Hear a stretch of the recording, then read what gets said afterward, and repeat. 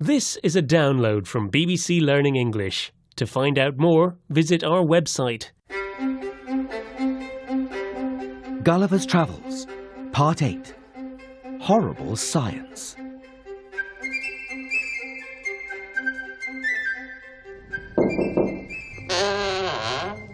Yes? We're here to look around the Academy. I'm Lady Minody, and this is Dr. Gulliver from England.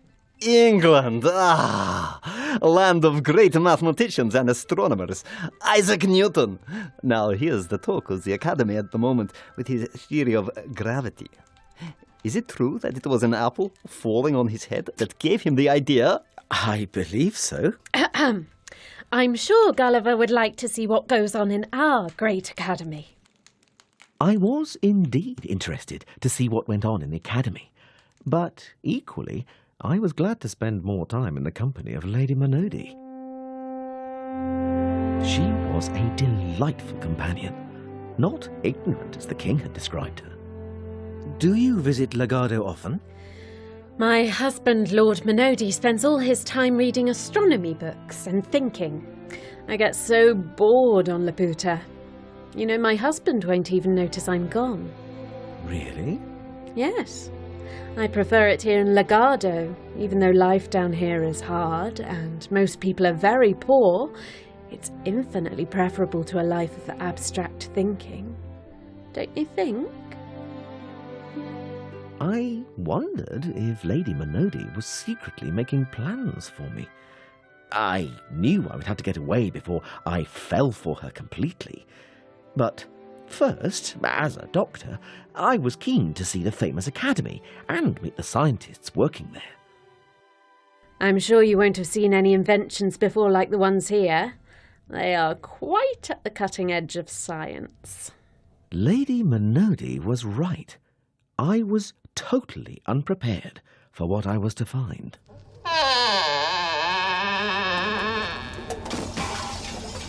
Interesting experiment going on here.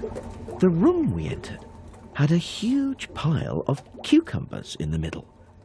A woman, covered in soot and with scorched hair, was holding half a cucumber in her hand. The other, blackened half, was on the floor. And what is your project? I'm extracting sunbeams from cucumbers. I'm sorry.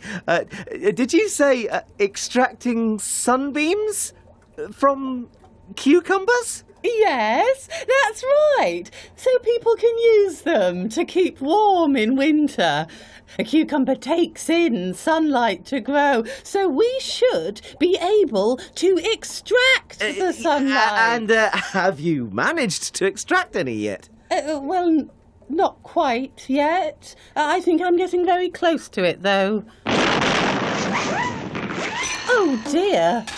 And how long have you been working on this project? Only 8 years. Right. I see. Well, good luck. You'll need more than that. Now, you'll be very interested in the project in this next room. A very learned physician is conducting an important experiment. He is famous for curing the problem of wind. Well, now that could be useful. It's something I suffer from. Perhaps he can help me.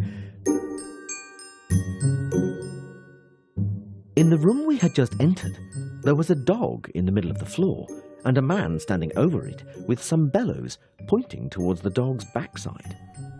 What are you doing?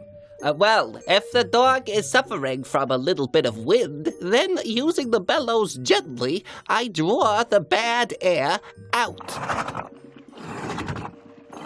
If the condition is serious, like in the case of this dog, I squeeze the bellows hard, like this.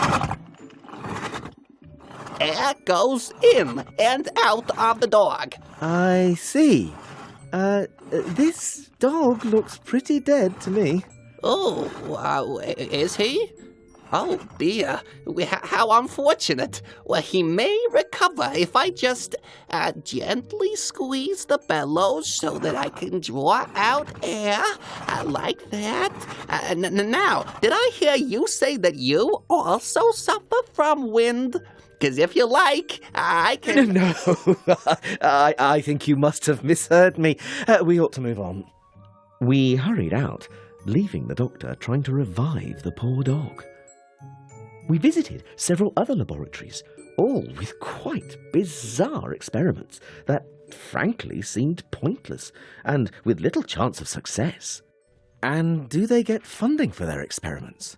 Yes, of course.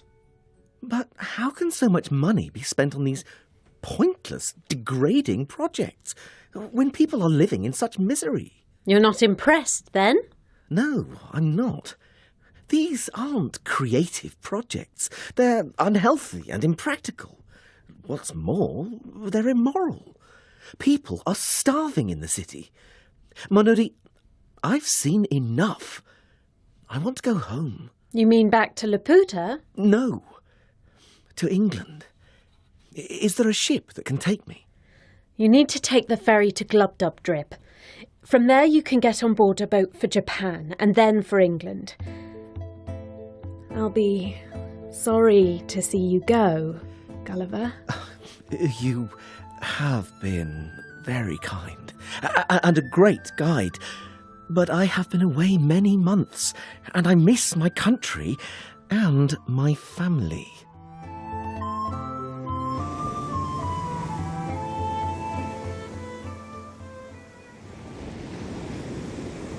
So I left the beautiful Lady Minodi and sailed first to Gulliver, which she had forgotten to tell me was a land of magicians. I had several adventures there, which are quite another tale. From Gulliver, I went to Japan and boarded a ship to England. It was wonderful to be reunited with my wife and children. I knew, though, that it wouldn't be long before sea life would tempt me once again. Little did I know that even more dangerous adventures lay ahead of me.